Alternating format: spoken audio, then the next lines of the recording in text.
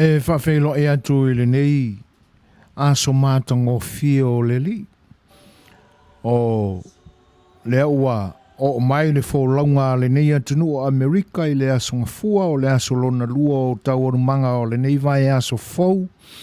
Ia, i le amatanga fo o le nei masina fau o tātou pale mai iai. A o le nganga whawhelo i la, ia, e mātou te whawhelo i atuai ia i tū te tele o lo tātou atunu i le tā whatolu o na paia ma o na whaingatā. Ia mātou te whawhelo i atuai i le tū vai o le tala le lei.